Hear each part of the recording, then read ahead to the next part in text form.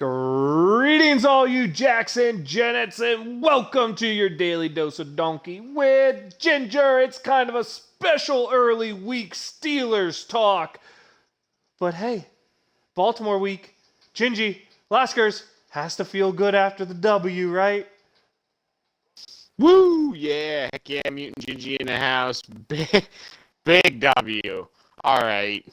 If Mike Tomlin's gonna walk up there all cheeky and tell me he knows for a fact that the Ravens were going for two right there because of aggressive analytics, I don't know, Donkey. My cheeks were clenched. I'm just tired of coaches misunderstanding analytics and saying, we made a bad decision because analytics said so. No, analytics literally told you the opposite, but you just don't understand how to read them.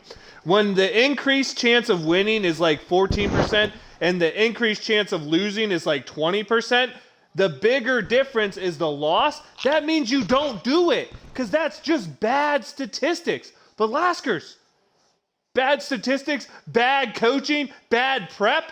I think that helped the Steelers win here. I mean, truthfully, out of us, who didn't see them going for two? Baltimore is that horseshoe team that is going to try to win the game at all costs, and I didn't see any reason that they were even thinking about the field goal or the extra point. I didn't, and hear me out on this. This is a twofold approach, right? If you're Baltimore, you want to win the game. You're the road team. Ben Roethlisberger almost threw 3 interceptions on that drive that we end up scoring the touchdown on. And your defense is a lot fresher than the Steelers' defense. Reason 2, you know damn good and well Pittsburgh plays on Thursday night. Why wouldn't you want them to play more football, to be more tired for a game? Let's be honest, hurting the Steelers helps you in the division.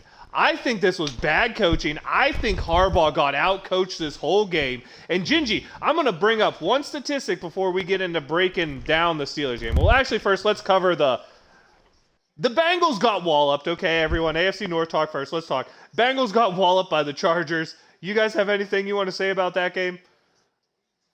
Bengals tried to make that a game, but then didn't. The end. Did you watch Jamar Chase have a touchdown and then drop it into the defensive back's hands? That shit was funny. It's very What happened to Joe Mixon? He got hurt for a play, but he came back in, so he should. Well, I just mean, where was he in this game? I mean, he fucking. Excuse me, he you can't run us. the ball when you're down. You can't run the ball when you're down 21 points.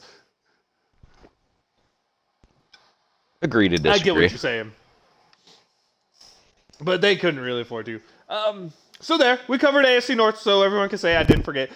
Gingy, there's one thing I want to point out that really, really, really made me think that John Harbaugh just either outthanked himself or Mike Tomlin, who, by the way, is now 16-14 against Harbaugh, outcoached him this week. The Pittsburgh Steelers, Lasker, struggled doing what? Well, they actually, I was going to say running the ball, but we actually did do semi-decent. But we still 3-point-something yards per carry. Blah. Defensively, the Pittsburgh Steelers struggle doing what? Covering the running game. Yeah, stopping the run. The Baltimore Ravens are supposed to be what type of team, Gingy? Running team. Okay, so explain to me this. In the second half, while leading, this is before they were trailing, because the stats look a lot worse when you count that 8 plays only throws to almost tie the game drive. The Baltimore Ravens ran 16 passing plays, one of which became a run because Lamar Jackson broke the pocket, to 7 running plays. That's a 70-30 split. Did the Baltimore Ravens do themselves a disservice, Gingy, in the second half by throwing the ball 70% of the snaps? Absolutely 100%. If they watch tape from any of the last 3 to 4 weeks, I mean, we talked about it in last week's episode, Donkey, what they were going to do that was going to be very damaging. 150 yards rushing, 200 yards rushing, 150 yards rushing. That's the opponents against the Steelers the last few weeks, and Baltimore did themselves a huge disservice. Laskers, what if I were to tell you this was actually the most points the Ravens have scored in their past 4 games, this 19 points? And what if I was to tell you that during that time, when you take away Lamar Jackson's run, it's about a 65-35 pass? Is this team trying... Because they haven't signed Lamar to a big extension, right? Are they trying to tank Lamar's value before he hits the open market so they can keep him cheaper? That's an interesting proposition, but you know what? You might be right. Because they want to keep him there. There's no question they want to keep him there. They know he's their future quarterback, and I mean, he did average 6.9 yards a carry last week, and basically everything we said is you got to contain the quarterback, and the Steelers have not been able to do that. So maybe give him a few more attempts at running the ball and a few less attempts at throwing the ball. I mean, 7 huge sacks take away from some of those numbers he put up, though, when you think about it, all things considered. Gingy, I want you to break this game down for me because I think you have a great idea of how to do it, because this was a Gingy version of a Steeler win if I ever saw one. But before we get to that, listening on the radio, at the end, I tell Micah, we beat the Ravens. He goes, we beat the Ravens? Pittsburgh's going to the Super Bowl. Gingy, take it from there. Woo! For most of the game, it was looking real poor. The offense was not giving us anything really to write home about. More of the same. But yet, 3/4 of trash. Yep. The Steelers hang in there. That defense extremely consistent all day. I mean, they really kept the Ravens out of the end zone, and they were opportunistic.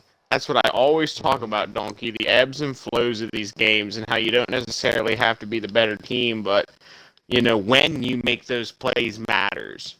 Not necessarily what plays you make, and they made the plays at the right time. Minkah interception, first big drive, Minkah interception in the end zone, for sure one of those things you're talking about. Huge opportunistic play, keeping them off the board, keeping the momentum at a minimum at the beginning of the game, not letting that get out of hand quick, keeping it competitive. How about the only 2 drives where the Ravens ran the ball more than they threw it were in the first half, and it was that red zone interception and a 99-yard touchdown, which was actually like 115 yards touchdowns when you count in the Ravens penalty yardage. Should we be worried about that specific thing going forward, Laskers? The 99-yard just... I mean, that's exactly what's been happening to the Steelers all year, right? Just a team just comes and imposes its will. We should be worried about why can't we stop the run. That should be our biggest concern. And, I mean, of course, we should be worried about a 99-yard drive when Harvin punted that ball so well. That was the prettiest thing. There is no reason we shouldn't have actually got some defensive points on that, or at least stopped them before they made the 10 yards. Yeah, there's no doubt about that. That's for sure. Gingy, we're going to go back to you. We talked about is this your typical AFC North snot knocker? Is that what you want to call it? Hard-nosed football? This is how the Steelers are going to win football games this year, and this is how they're going to be. This is why just making it to the dance matters, Donkey. You can see right there that the brand of football they play, by no means is it going to be consistent. That is not what these Pittsburgh Steelers are going to be about, but they can win any given Sunday versus any team in the AFC.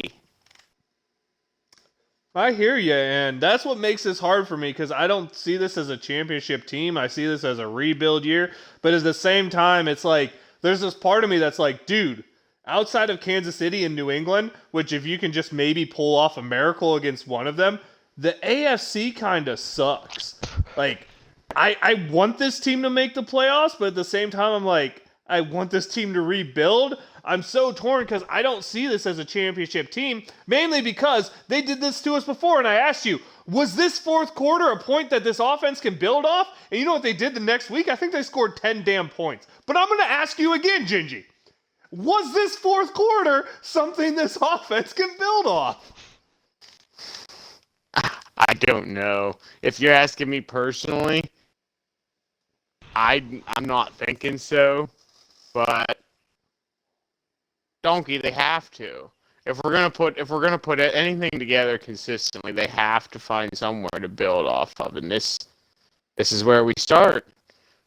Ben to Deontay, let's go. Can Deontay I was gonna say we all hyped up Chase Claypool breaking out this year. We all hyped the wrong guy. It is Deontay Johnson, who questionable if you want to blame him for that first drop touchdown. I mean, you got both hands on it, you should catch the ball, but it wasn't an easy catch by any means, especially for a guy with a history of bad drops. But he came back and he put up a game. I'll tell you, that kid's turning into something good. I'll call him a high 2. I don't think he's a 1 yet. I don't think he deserves the 1 title yet. I think he's a high 2 right now, and there's nothing wrong with a high 2.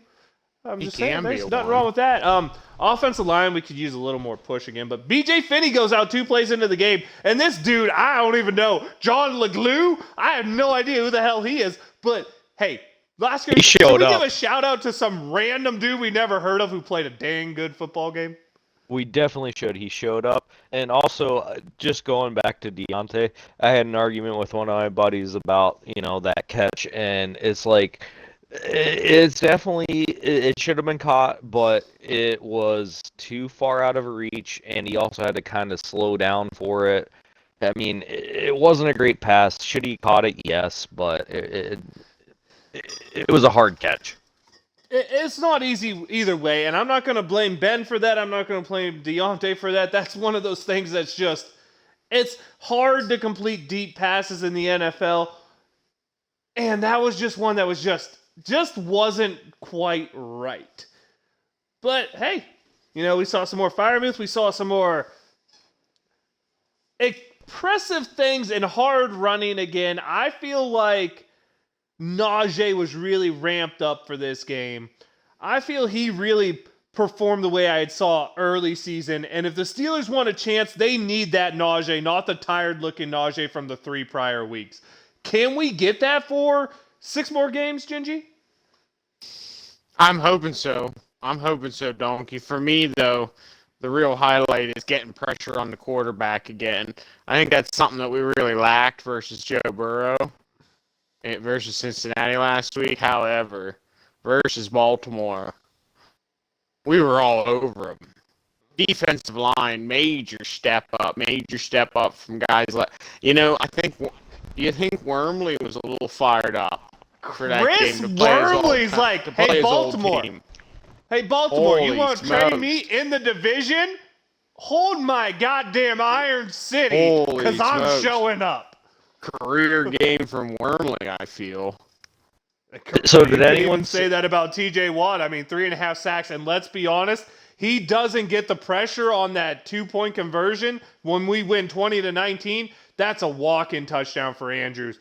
But TJ Watt gets there, the pass is just a little off. All of a sudden, the Steelers are back in the playoff hunt. So did anyone see Tomlin's comments about, is TJ going to ever practice again? I did not, but thank God TJ came off the COVID list on Saturday, eh? I'm Canadian now. So Tomlin's response was, yes, he's going to practice again, and he also said, no music. Oh, thank God. He's hanging on to that. He's really hanging on to that. He's a little bit better, I feel. I'm thinking, though, if I'm a boss of a team, like Mike Tomlin has been established at the head coach position, and I got a second-year guy telling me how to conduct my practices, I probably would hold maybe a slight grudge on that myself. I would do. Shit. All right, so I think we covered offense and defense well, but I think we really need to talk about special teams in this game. I mean, we had the literal, all units, Jekyll and Hyde. We had Harvin hit like a 34-yard punt. followed by like a 55-yarder that goes out at the 1-yard line. We have Chris Boswell make another 53-yard field goal, but miss an extra point. And then we get the lead. He kicks the football out of bounds on the kickoff. What the hell was going on special teams, guys? I don't even have an answer for that. The out of bounds on the kickoff. That was a shitty bounce, but come on, man. You can't put yourself in that position for that to even be the case. Through the end zone, baby. Through the end zone. Through Every the end zone. Yeah. I mean, but did you see the bounce that took the donkey? I did, but you're kicking the ball to Dunnervay, who already had a huge kickoff return against us. Like, why are you even chancing it? Make him start at the 25. It's fair. I'm sorry, but the Steelers, when we kick the ball to kick returners, more often than not, they're past the 30, not short of the 20. At that point, you have Boswell just kick every kickoff out of the end zone. The only day that it was excusable for a kickoff not to be out of the end zone was when poor Percy Harvin had to step up. I just called him Percy Harvin. I knew I was going to do that at some point. Thomas a Tank Engine? No. You remember the little scat wide receiver who was fast as hell? That's who I was calling him, and I knew I was going to do it at some point. It finally happened here. Check mark on things that I don't do this year. I have a list right above my TV. I can check that one off because that was a mistake. But that's the only game I think that's excusable. But do you guys have any last comments on this? This is the typical Steelers-Ravens, right? It doesn't matter who plays. It doesn't matter who's healthy. Someone's winning by less than a field goal. Yeah, definitely. Been that way for as long as I can remember.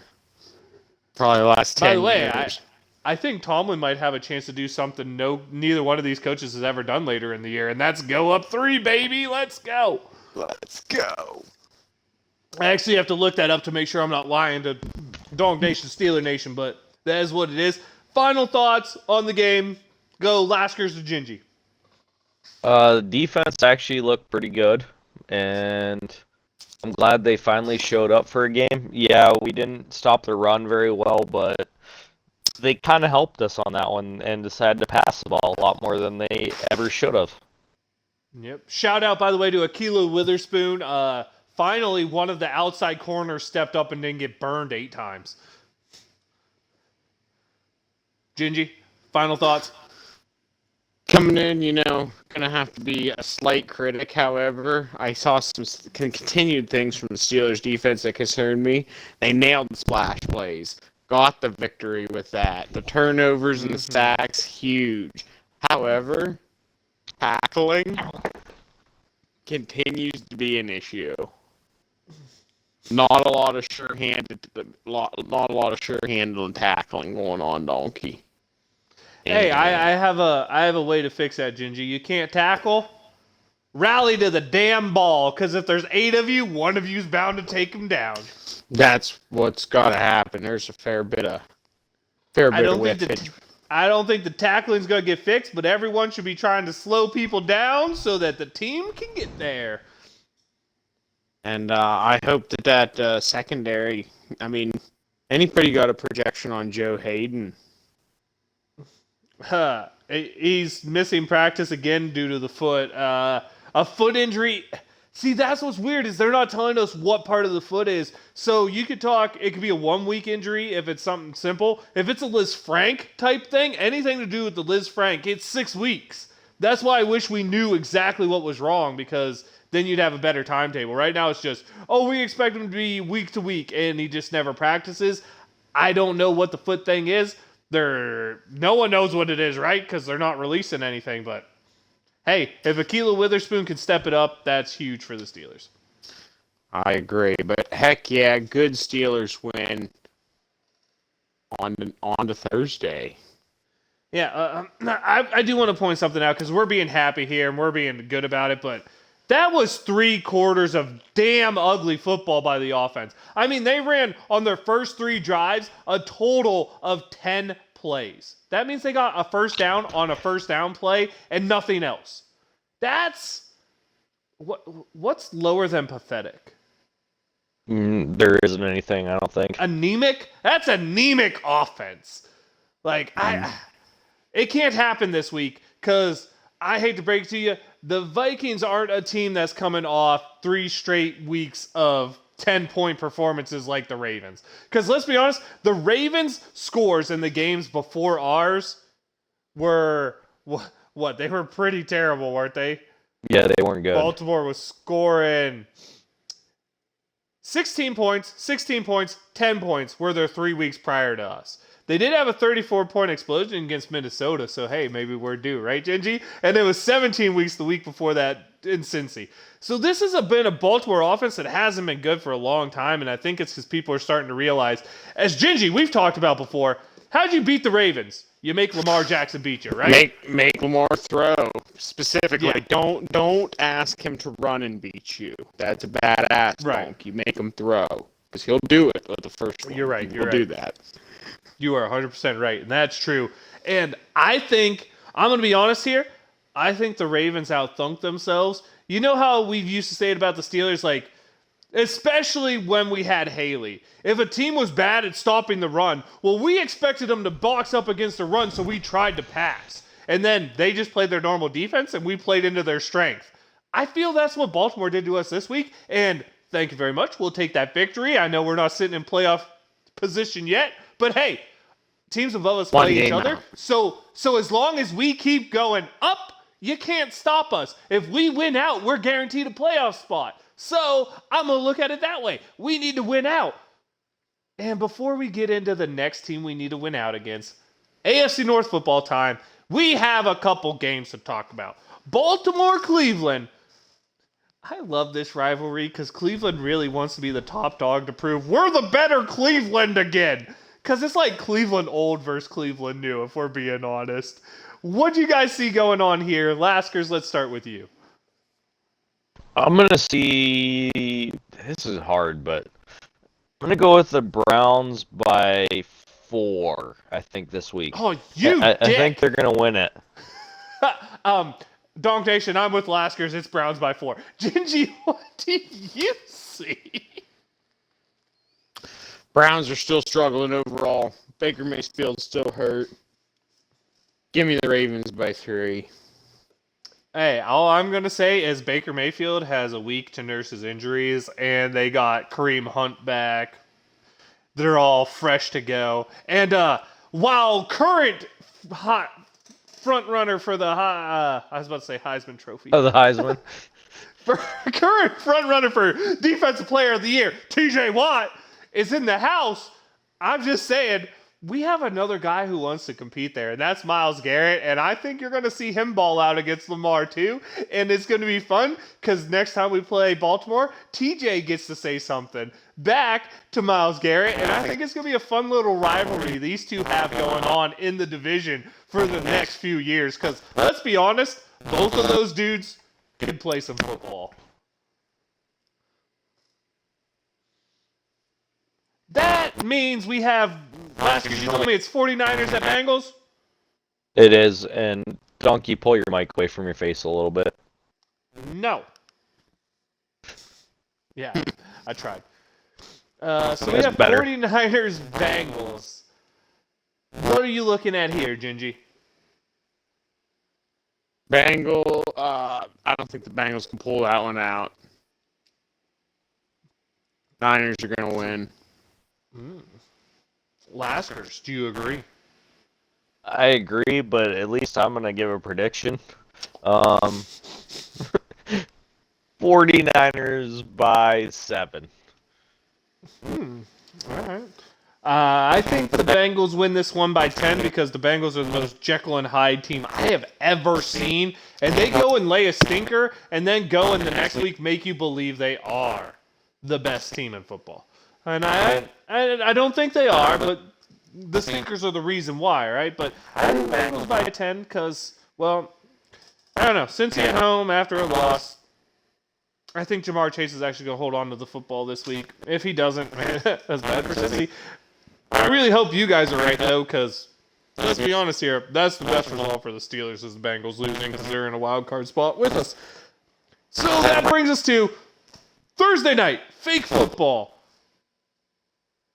we're going to play Minnesota. This is a Vikings team that just came off a loss to Detroit. I think they're going to be a hungry, desperate team. Gingy, what are you looking for out there? What do we need to do?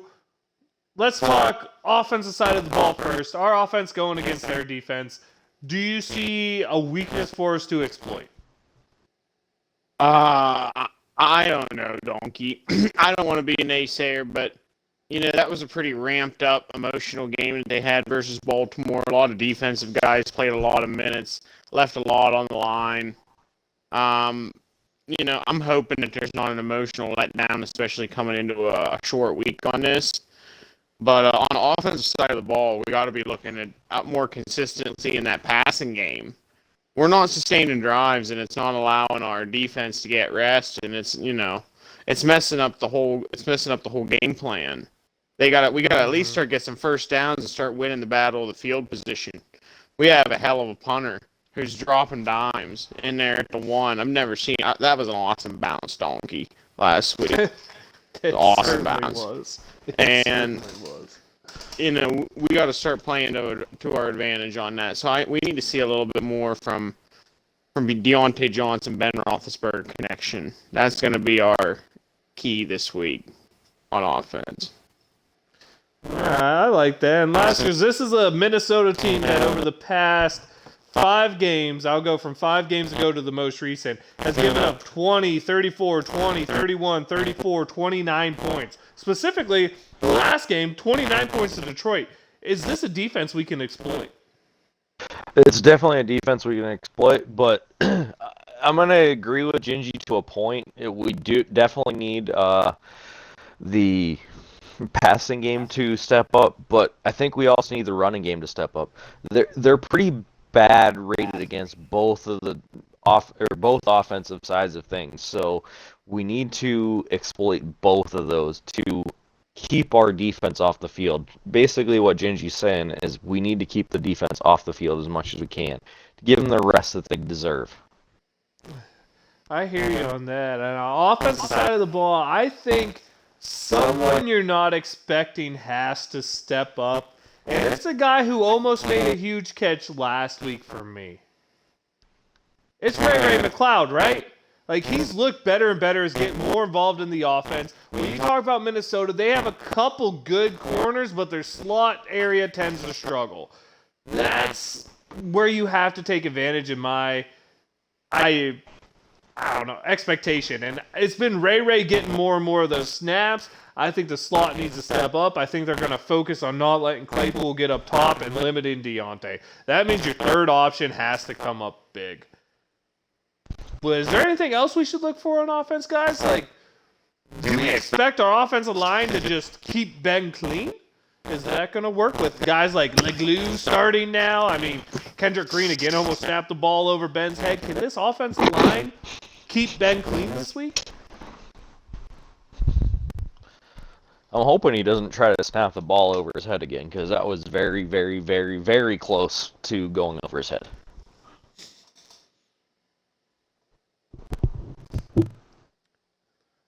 But I guess if we're not worried about the offense, Gingy laid out what the special teams need to do, right? Defensively, we're going in here, and Minnesota's probably going to be without Thielen. I mean, you have to assume they're without him. He left last week's game with an injury. You don't expect him to play on a short week. They're going to be without Dalvin Cook. Gingy, this is an offense now that's going to lean on one receiver who's a great one in Jefferson, right? And Kirk Cousins. Should we be concerned about that? Yeah, he can ring you up, Donkey. We don't necessarily have to be. He's inconsistent as well. He's not a guy who's going to come out. He's either going to break us or gift us. I'm feeling. But we do have to worry about that. What has he got now? He's got a good amount of touchdowns on the season, I believe. You would ask these kind of questions when I'm not paying attention. He's probably out there chanting, "You like that?" That's all I know. No, Kurt. Listen, he's not an MVP candidate by any means. I don't believe, but I don't think we can discount for him, especially when that's going to be. You said no Dalvin Cook.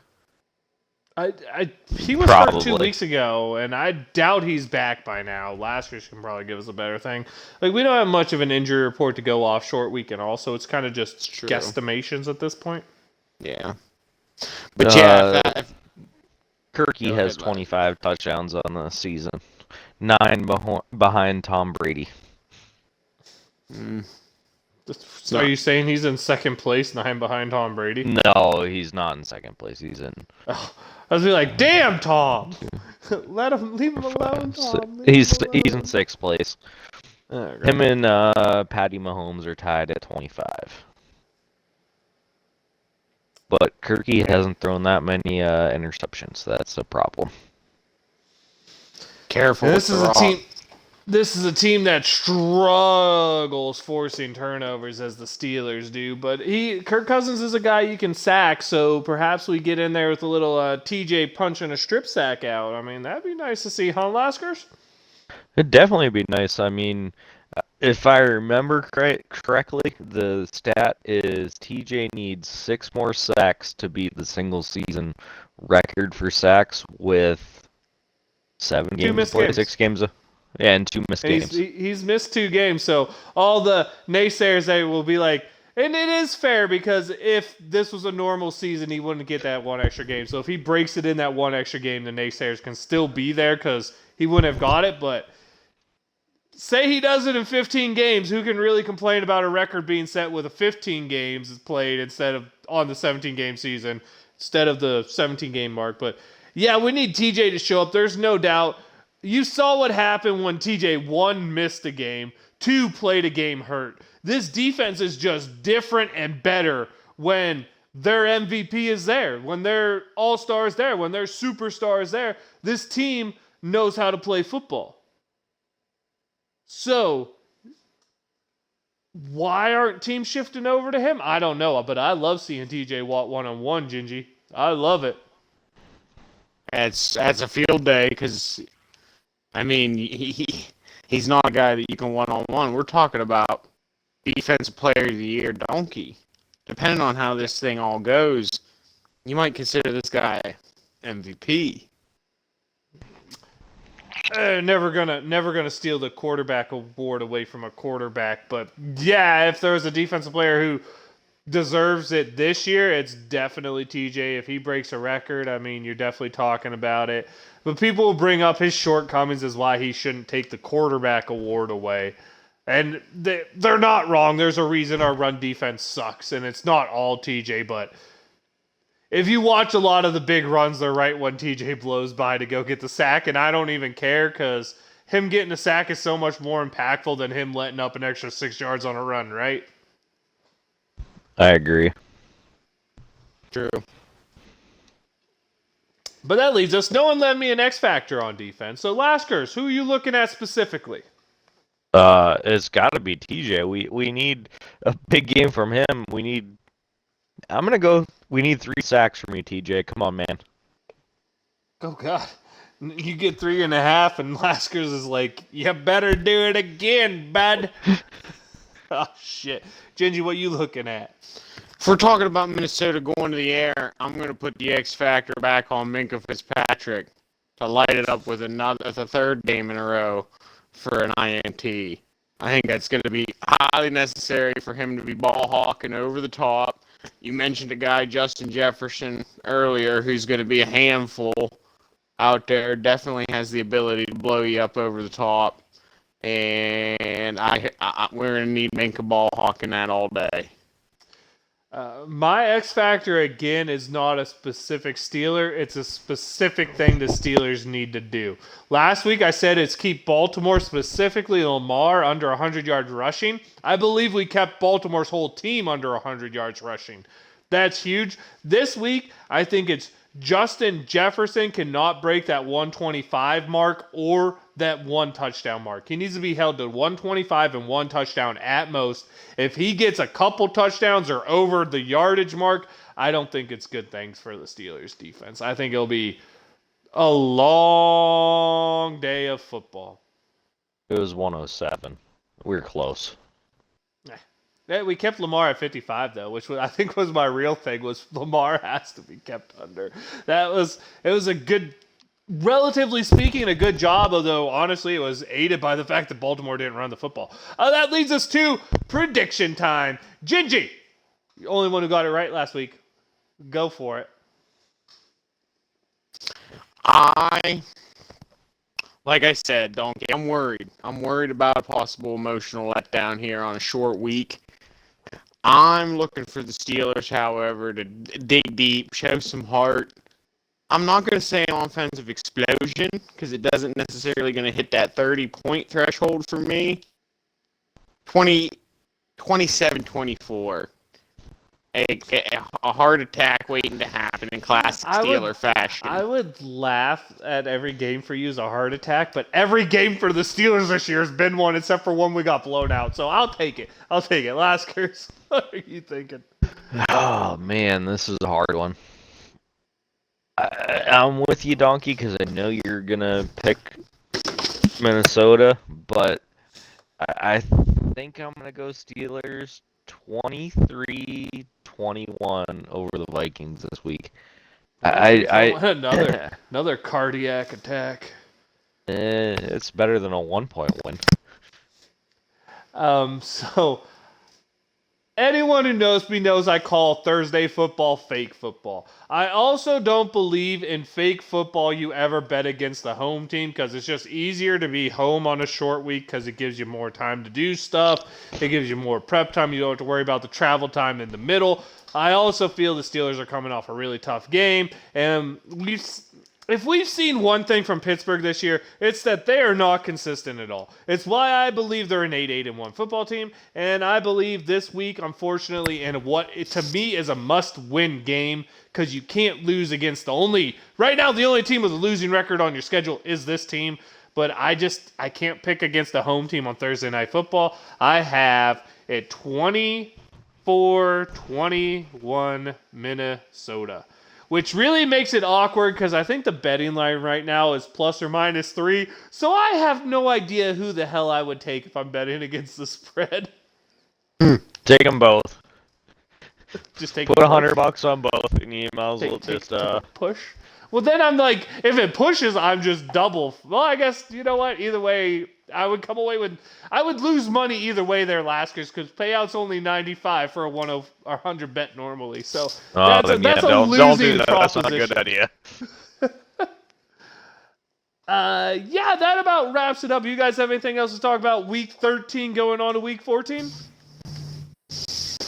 I'm locked in for middle of the week football, Donkey. Our poor viewers don't get to hear from us this weekend. Maybe I'll do a little game preview. Give everybody a little 10 minutes of what I'm looking for this weekend. But you know. I know we're all locked in for midweek football. Does that mean football's canceled if it's a bad result, Gingy? Is it just canceled for the rest of the week? Yes, sir. You know it. Let's go. Laskers. Any last calls? It's definitely canceled if we lose. Yes, sir. It's canceled. We ain't watching. Even on the Bills territory, we ain't watching the Bills on Sunday. Nah, I'll be at the mall Christmas shopping if the Steelers lose this Sunday. That's for sure. Okay. That leads us to shout-outs. And since Gingy called the game last week, he'll get a start on the shout-outs. Woo! Shout-outs. Let's go. How about that defensive line man stepping up?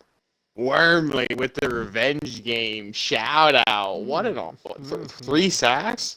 3 sacks for that man? Two and a half, I think, is what he got credited with. I was going to say, I seen him hold up a 3-finger. He wanted that third one. But holy smokes, career game for a dude coming after a team that had let him go in the division. Pretty awesome to see that level of intensity, and it definitely mattered in the impact and the outcome of that game to shot at Wormley. Yep, he had the huge sack right before the Lamar INT. Don't forget that one. Laskers, shout out. We're definitely going TJ. He joins the only other person with 4 straight seasons of 13 sacks.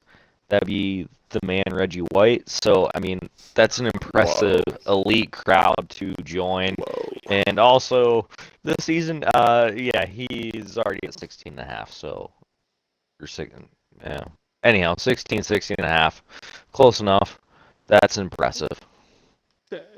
Since you guys named 2 of the 3 I want to name, I'll just go ahead and tell you my shout-outs, but we got to start it right as P-I-T-T, let's go Pitt, winning the ACC championship. They're definitely for sure getting my first shout-out. Second shout-out's Kenny Pickett as a Heisman Trophy finalist. I'd love to see him don black and gold, but that'd make me super nervous. That's the Pitt's quarterback. And third, since you mentioned my 2 Steelers, John LeGlue, I mean, that might have been one of the better games we've seen from an offensive guard. It was from a guy who shouldn't have even been playing, and I had no idea who the hell he is. But I guess his mom was really happy that he was out there on the field. So cool for that. I know that they had a comment from her when Batch was doing the post-game stuff after the Steelers game. So that was really cool to see.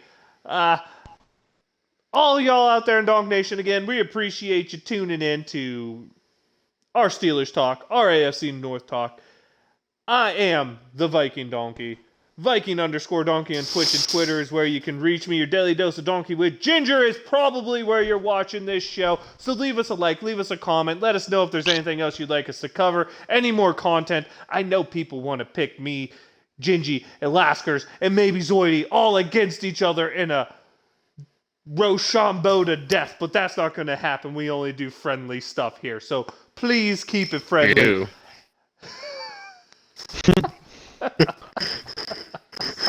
Anyway, I'll send it over to Laskers, let you know where to go, and then Gingy obviously will sign us out. You can find me everywhere at Laskers, and that's about it. Gingy, over to you. Rock on. We are Mutant Gingy. Looking at playing some Xbox, talking some football with the fellas.